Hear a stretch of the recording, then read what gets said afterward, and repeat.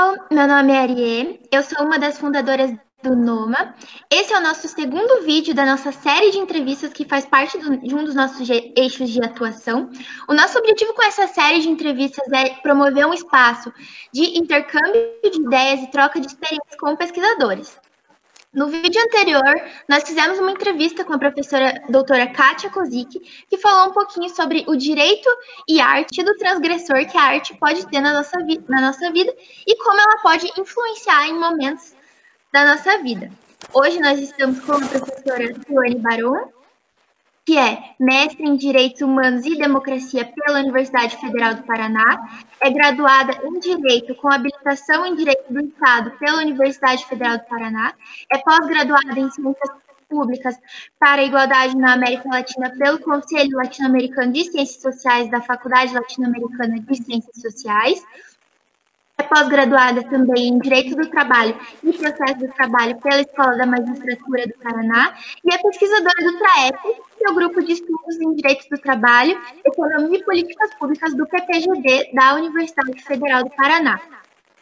A professora vai tratar um pouquinho com a gente sobre direito e distopia, o futuro como ferramenta para resistir ao presente.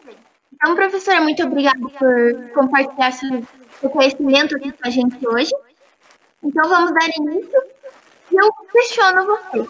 Como a imaginação artística, nesse caso a literatura, pode nos ajudar a transformar a realidade e ser, de fato, uma ferramenta para que possamos resistir ao presente? Fique à vontade. Boa tarde. Agradeço imensamente o convite. Já adianto que é um desafio eu justamente ser a pessoa que vai falar logo após a professora Kátia Kozik, que é uma referência na área. Agradeço também esse espaço e parabenizo vocês esse espaço para a gente discutir esse tema, que é muito raro aqui no Paraná. A gente tem grupos muito fortes, principalmente no Rio Grande do Sul, em outros lugares do país, mas aqui no Paraná, realmente, a iniciativa de vocês é uma iniciativa muito inovadora, então, por isso eu agradeço imensamente o convite que vocês me fazem hoje. Bom, vamos começar, então, a responder essa pergunta, que não é uma pergunta fácil, mas é uma pergunta que abre aqui a nossa discussão da própria questão da distopia e por que a gente vai operar a partir das narrativas distópicas, né? Veja que a distopia, ela vamos seguir o sentido etimológico da palavra, ela é o contrário da utopia. Então, ela sempre está em um radical deslocamento com aquelas projeções perfeitas ou as projeções idealizadas da realidade. Ao contrário, as distopias elas aparecem justamente para desestabilizar essas situações.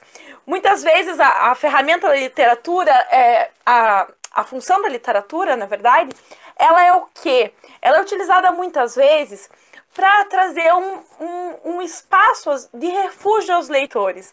Então a gente vai até mundos mágicos, até romances fantásticos, sejam ou outras formas de narrativas, que muitas vezes ela exerce essa função de trazer calma, de trazer o aconchego. Então é uma estética que funciona como uma forma de acalentar o ser humano. Na distopia é justamente o contrário. Eu não conheço ninguém que leia alguma narrativa distópica, e aqui a gente está também muito em voga com séries distópicas, com filmes distópicos, o que também gera um rico debate, uma interlocução aqui como uma ferramenta artística de pensamento da realidade. Ela gera esse deslocamento da realidade. Então, muitas vezes, e essa é uma característica das distopias, elas vão acontecer em lugares indeterminados e em tempos indeterminados. E o que acontece? Qual que é a maior implicação disso? Na crítica, que geralmente vem acompanhada delas, que geralmente são a regimes totalitários especificamente, esse distanciamento, seja temporal, seja espacial, possibilita um maior conforto tanto a quem vai receber a crítica quanto a quem vai elaborar a crítica em se distanciar de amarras do presente. Mas o que acontece? Muitas vezes, essas distopias, na verdade, já estão realizando a crítica do presente. Vou dar um exemplo. Eu pensei em três obras, para a gente dar como exemplo aqui, mas a gente poderia também trabalhar com o filme. As 3 obras que talvez seriam bacanas a gente discutir nesse momento, que é um momento de isolamento social, que é um momento de uma crise tão grande. A primeira delas é uma distopia brasileira. Essa é a minha opção por trazer uma distopia brasileira, é também uma forma de mostrar como a nossa produção literária ela produz essas narrativas de uma forma muito bacana, que é de um autor que é a Loyola Brandão, chama Desta Terra Nada Vai Sobrar, a não ser o vento que sopra sobre ela. Pra gente não falar que o título já é riquíssimo e lindíssimo, a grande questão aqui eu tenho uma distopia que foi estabelecida num Brasil, então eu tenho o local determinado, mas eu não tenho um período determinado. Foi lançado há 2 anos atrás, e na época falaram, nossa, esse livro, ele é um livro do presente, a gente está criticando as nossas instituições, de fato. Mas lendo hoje, é um país que está soterrado por uma doença, curiosamente, parece até uma leitura futurológica, né, do autor. Tem uma doença, as pessoas todas com grandes questões e dificuldades para sair de casa e de se relacionarem. Tem uma das primeiras cenas do livro, a personagem principal parando no sinal para passar um trem cheio de corpos, carregados de corpos, com um cheiro muito ruim, que é justamente das pessoas que morreram por causa dessas questões. E ele estabelece daí toda uma crítica política, junto com a análise, com a história que se desenrola, em que os ministros vão entrar, por exemplo, no tribunal por caminhos secretos. Tem toda uma forma de manipulação governamental muito interessante. Lembra um pouco 1984, que é a distopia mais clássica, mas que estabelecem elementos que, a uma primeira vista, é um elemento ficcional. Obviamente, a gente não tem um ministro entrando escondido no tribunal. Mas aí a gente pensa, tá, será que isso é tão óbvio assim? Como que eu consigo realizar isso? E a função até do direito e literatura é exercer essa prática, possibilitar, a partir de uma metodologia, essa prática do estranhamento e do distanciamento para a realização da crítica, inclusive para a crítica do próprio direito.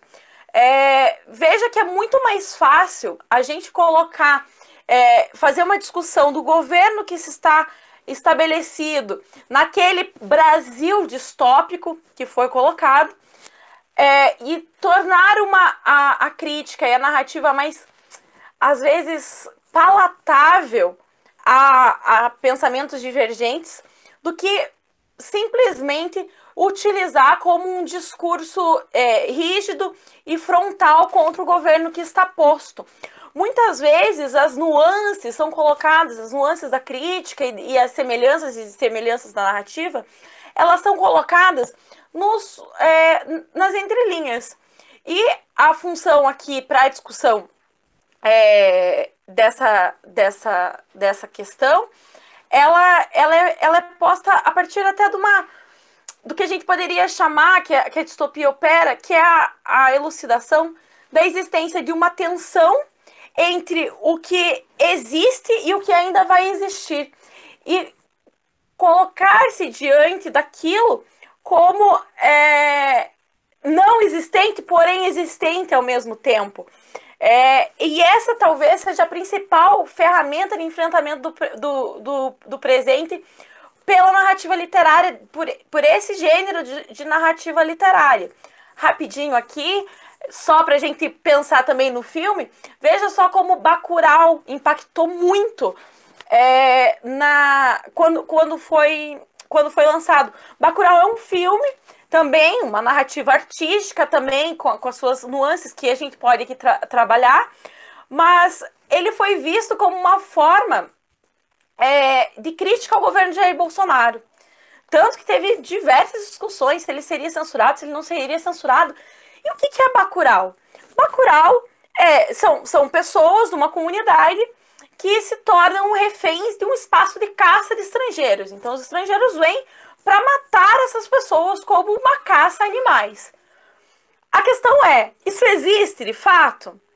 Assim, eu tenho estrangeiros que vêm para realizar uma caça efetivamente numa comunidade do Nordeste? Eu quero crer que não exista de verdade.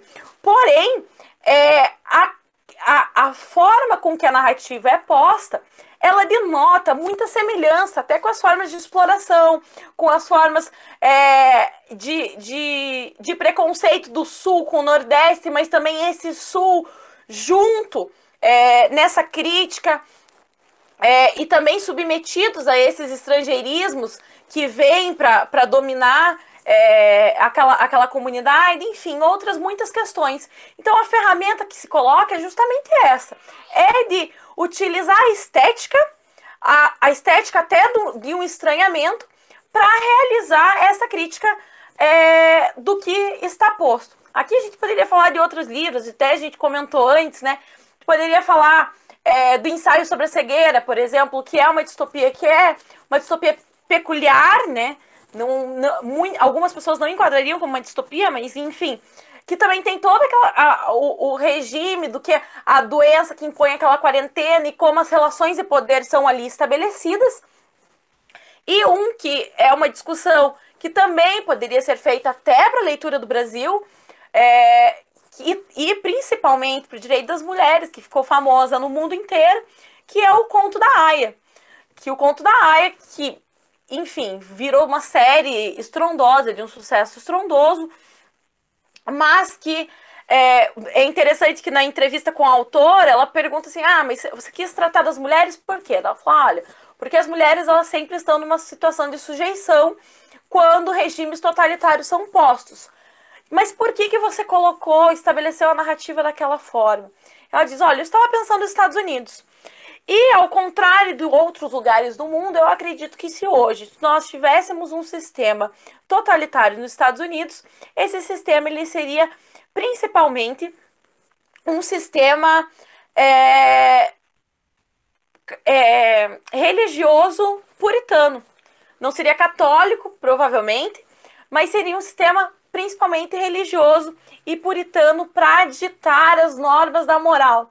Também podemos, obviamente, fazer suas deslocações necessárias para discutir Brasil, para discutir contexto mundial, mas pensando dessa forma, é muito mais fácil eu discutir o poderio religioso a partir do Conto da Aia e as sujeições das mulheres a partir do Conto da Aia, às vezes, muito mais didático para quem está me ouvindo e para quem está recebendo essa crítica, do que eu simplesmente iniciar com um discurso concreto e assim estabelecido.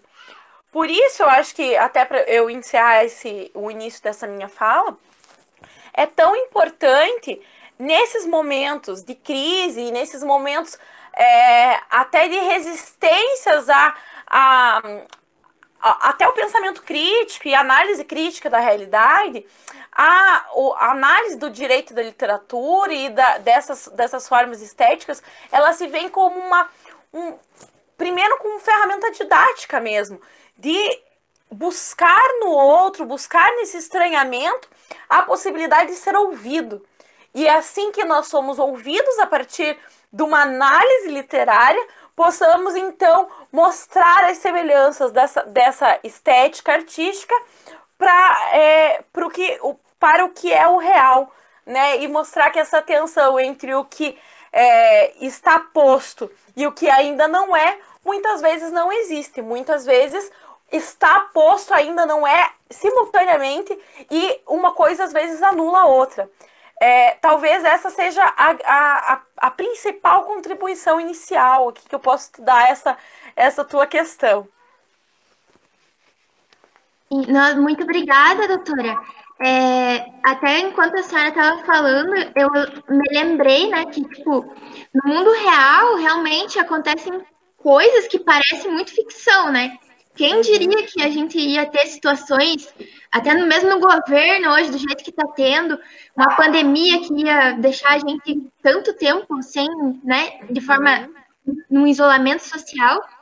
Então, realmente, para que, se essa ficção, se essa distopia ela se torna realidade, realmente acho que de fato, um exercício que a gente tem que fazer para reconsiderar a nossa definição mesmo, né, de realidade e repensar algumas questões, que sejam elas jurídicas, políticas e até mesmo sociais, né?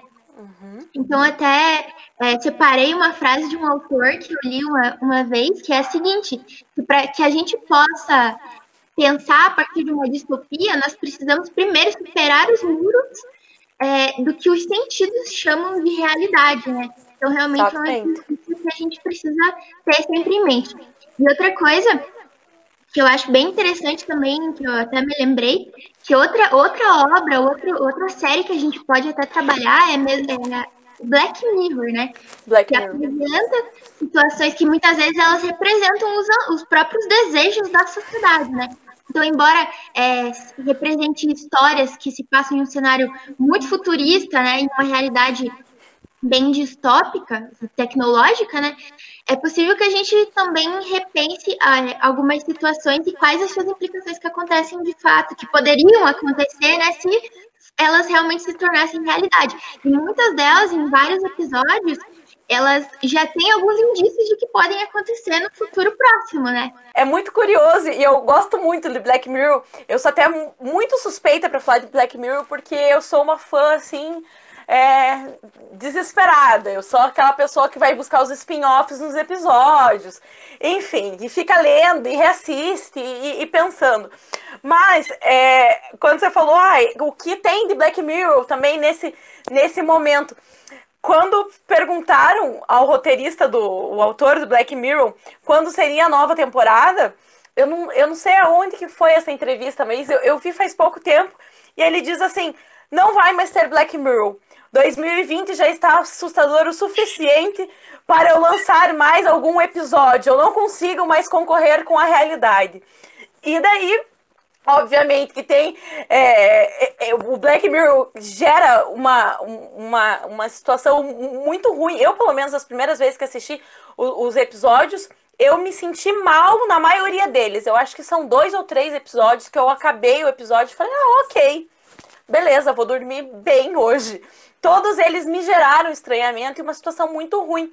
Mas tem um episódio, então, específico que a gente pode até conversar, até das formas de relacionamento humano, né? Na verdade, 2 episódios. Um episódio que a moça está concorrendo por likes. Então, que a sociedade ela é toda estruturada a partir dos likes que você recebe. Se você tem muitos likes, então você está muito bem de vida. Você tem uma casa mais bacana e tal. E quanto menos likes você recebe, você piora naquela estrutura social. E também a análise pra gente será que a gente já não vive assim? Fugindo até só da questão dos influenciadores digitais, que são super poderosos e ficaram riquíssimos com essa história, mas também o poder que as nossas curtidas nas redes sociais têm hoje. Seja na sociedade, nas relações sociais, seja na própria política. Vejam que as guerras políticas hoje, as guerras eleitorais, se dão pelas redes sociais, inclusive a partir das curtidas. né? A gente tem a última eleição, que não nasceu na última eleição, mas ela foi muito intensificada na eleição, dos exércitos de robôs, justamente para curtir as coisas e gerar uma sensação ao eleitor, aquele eleitor real, a pessoa de carne e osso que está atrás da tela e vai apertar o botão na urna, que existe uma viabilidade eleitoral para aquela pessoa, ou até na forma. Isso também caminha para a construção de narrativas políticas e narrativas de combate. E outro episódio que também, para mim, é muito impactante, é um episódio em que as pessoas se bloqueiam na vida real, e quando eu encontro eu tô brigando com alguém em casa, então eu bloqueei ela, essa pessoa fica fixada na minha frente, eu não escuto mais, eu não enxergo mais o rosto dela.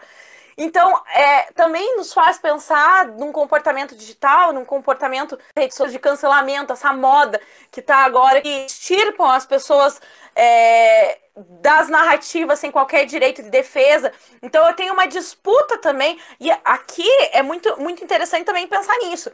A disputa pela narrativa que vem da distopia, essas análises das distopias mostram também como que as narrativas são construídas e disputadas, tal como literatura, inclusive nas esferas de domínio de poder, de construção de poder, e como que isso implica na modificação das nossas relações sociais hoje. E daí também pensando um pouco para o direito, como que o direito dá conta disso. Muitas vezes o direito, na análise da distopia, quando a gente vai fazer direito e literatura pela forma da distopia, geralmente o direito é uma ferramenta opressora daquela narrativa, e a literatura vem como a forma de se salvar e de estabelecer a crítica e de mostrar e tirar os véus daquela estruturação social. Também aqui é um desafio de como a gente pode transformar esse direito, que é um direito opressor, a partir da distopia, em até fazendo um exercício, olha, será que ele vai ficar assim? Para também resistir juridicamente, a partir de toda a construção que nós temos no presente. Então, é um pouco de olhar para aquela projeção futura, que muitas vezes já está presente no nosso presente, e tentar readequar o direito a partir disso. Então, eu acho muito bacana essa discussão. Assim, eu posso ficar horas discutindo todas as formas, todas as narrativas, os textos. É um gênero que me agrada muito.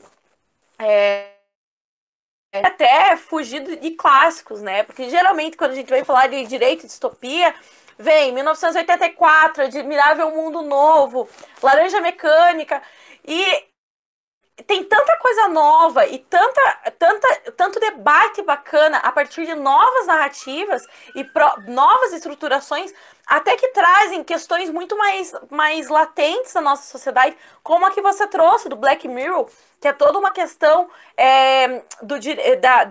da relação do homem com a tecnologia, às vezes a tecnologia que se volta contra o seu criador, e como que a gente vai estabelecer essas formas, mas também dos retrocessos que podem ser tomados. Voltando um pouquinho no conto da Aya, veja que eu estou em tese, né, numa situação de presente, em outros lugares do mundo, e naquela comunidade que é tomada a partir de uma parte dos Estados Unidos, aquela comunidade, ela é uma comunidade que volta no tempo em resistência às tecnologias, em resistência a todas as formas novas de relação e de interação social. Então também essa é uma questão, a necessidade que a gente tenha, de um lado, no Black Mirror, de se pensar como que a gente vai estabelecer essas ferramentas com o futuro, essas interlocuções com o futuro e com as inovações tecnológicas, mas também, se a gente for olhar para o conto da Aya, é uma forma de nós pensarmos o quanto de passado a gente também não perde, o quanto que uma distopia que está no... Olha só a confusão de tempos, né? Então eu tenho o conto da Aya num futuro, mas aquele futuro que tem um presente em volta e ele está reclamando um retorno a um passado de forma extremamente mais rigorosa, mais puritana, enfim, com diversos problemas, para se estruturar uma forma de poder e se estabelecer uma forma de sociedade que seja viável aos interesses que eles têm na época. Então, essa ferramenta estética, principalmente, seja pela literatura distópica, seja pelo cinema distópico, seja aí pelas séries distópicas e como queiram enquadrar, né? Tem gente que não enquadra como cinema propriamente, mas enfim, seja dessas formas de construção de narrativa e essas formas, sobretudo, artísticas, como que a gente consegue pensar várias situações e até fazer o exercício de se reconhecer naquilo sem que aquilo exista. Coisa que não vai acontecer numa narrativa fantástica, por exemplo. Eu não me reconheço em Nárnia, uma narrativa mais popular, mas, enfim, eu não me reconheço em Dom Casmurro. Mas nessas narrativas, o Brandon Loyola ele tem uma outra, que também é clássica dos anos 80, que Nunca Mais Verás País Nenhum, salvo engano, que é o nome da obra, foi uma das obras de mais sucesso dele, que foi muito importante para discutir a ditadura, o período da ditadura aqui no país, que é ainda utilizada para discutir algumas formas, alguns modelos autoritários hoje, mas que, enfim, me parece que a nova obra dele, que é Dessa Terra Nada Vai Sobrar, enfim, seja muito mais interessante, até não só pela narrativa ter sido escrita agora, muito mais recente, mas também por terem todas essas questões essas questões sanitárias e tecnológicas até muito latentes para essas discussões. Exatamente, inclusive, dependendo da obra, assim, com que a gente tem contato, né, o nosso processo a nossa capacidade de imersão, né, de transporte, como chamam, se torna até muito mais fácil e permite que a gente tenha um olhar muito mais crítico, né? Porque daí a gente acaba se reconhecendo ali na história a partir da descrição das situações, dos personagens que o autor coloca, né? Então facilita que a gente possa, de fato, ter esse olhar bem mais crítico sobre a realidade e, de fato, repensar, né? Muitas coisas que são retratadas na literatura, mas refletem muito na realidade também, né? É o discurso do real se fingindo de ficção. Talvez me pareça um pouco isso. A gente tem uma narrativa que, embora se diga ficcional, para mim ela talvez não seja tão ficcional assim. A gente tem os personagens de ficção, o tempo, enfim, e o espaço que não são determinados, mas os problemas, de fato, são os problemas concretos. Então, até na forma com que a gente vai realizar as pesquisas e as interlocuções do direito e literatura, quando vamos colocar essas questões de análise, tendo como direito e literatura como uma metodologia mesmo de abordagem, isso se coloca de forma muito importante, justamente porque essa talvez seja uma das funções de se pensar o direito e a literatura, essa aproximação do real de forma crítica, mas de uma forma que não encontre tanta resistência pelos discursos e pelas disputas do real. Voltando um pouquinho rapidamente ao Bacurau, veja como que isso fica tão evidente. Eu confesso para você que eu fui assistir Bacurau justamente porque foi objeto de uma dita censura do governo. Pensei comigo, poxa, mas o que tanto tem ali, né? O que eles fizeram, que tá tão explícito, e o que o governo se doeu tanto, né, com Bacurau. E quando eu assisto, eu vejo, poxa, mas assim, não tem muito a ver com cadê o governo atual aqui, né? Mas daí a gente vê até que é até uma forma do que os psicanalistas poderiam chamar de recalque, né? Afastar aquilo no que a gente se reconhece e no que a gente quer negar. Então, é uma política cultural especificamente estabelecida naquele local, que a gente pode, inclusive, trazer daí para a leitura atual de como são estabelecidas essas políticas de morte no presente, mas que gera uma empatia de quem recebe a crítica muito bacana, porque vê ali uma narrativa que é uma narrativa que não é só sertanista, não é só do sertão, né? Embora tenha toda uma discussão dentro do filme se os sulistas, odeio essa palavra, mas ok, se os sulistas seriam mais parecidos com os estrangeiros do que com os nordestinos, e os estrangeiros debochando claramente desses sulistas, dizendo, nossa, mas vocês nem são brancos, como assim vocês acham que vocês são algo como nós, né? E daí tem uma série de questões, até a questão do colonialismo interno, a questão da estruturação dessa necropolítica, a questão das relações exteriores. Então, é muito mais fácil, como, obviamente, se a gente tiver uma abertura de espaço também transformar algumas críticas em algo mais acessível às populações. Por isso também eu acho que essa é uma ilustração didática dos nossos problemas. Como que eu consigo tratar de questões concretas do hoje para realizar esse enfrentamento. Me lembro muito bem de eu discutindo aqui Bacurau ainda, eu conversando com uma pessoa, não veio ao caso quem era, mas tava conversando com uma pessoa que super resistente ao que eu tava falando e tal. E daí eu não falei mais nada, parei 2 dias depois, eu falei, escuta, você já assistiu Bacurau? Não assisti. Ah, vou te mandar. E daí ela assiste o filme, vem conversar comigo, a gente troca uma ideia, e daí eu falo, lembra aquele conversa que a gente tava tendo há 2 dias atrás, que se tornou impossível da gente ter? Ela, sim. Então, veja a partir de Bacurau, vamos conversar a partir de Bacurau? Daí ela me fala, faz sentido, realmente, a estruturação do direito talvez seja assim, realmente a gente pode fazer algumas aproximações. Então, e daí isso se dá. Bacurau, aqui a gente tratou de vários, né? O Bacurau, o Conto da Aia, o Black Mirror que você trouxe, todas essas tensões, de alguma forma, conseguem, essas tensões entre o que é e o que não é, o que existe e o que existirá, se tornam uma ferramenta muito importante para a nossa discussão.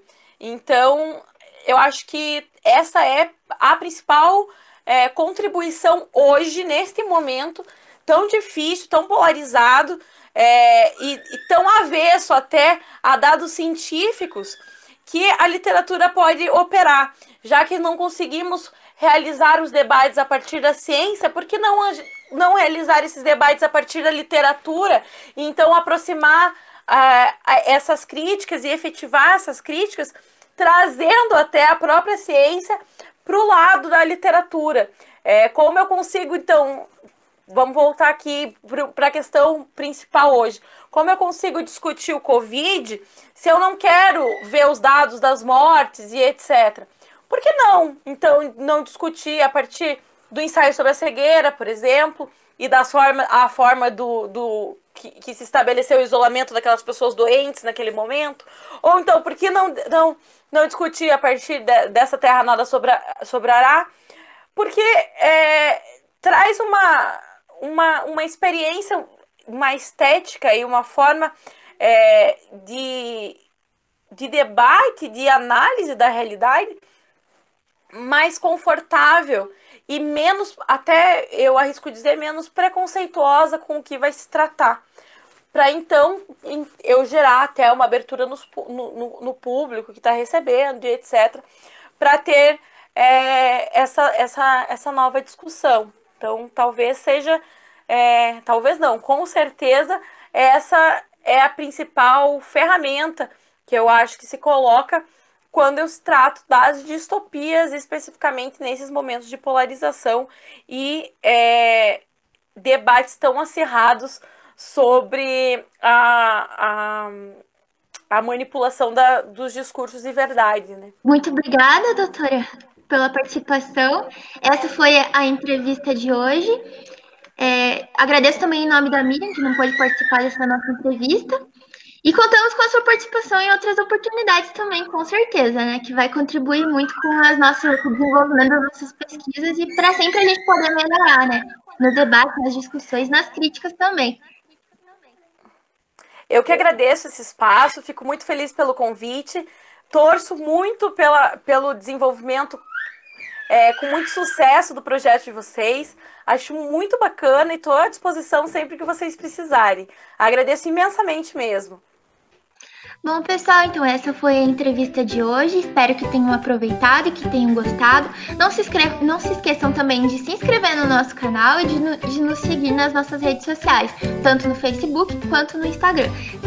Toda semana nós publicamos conteúdo, então fiquem por dentro e participem conosco também.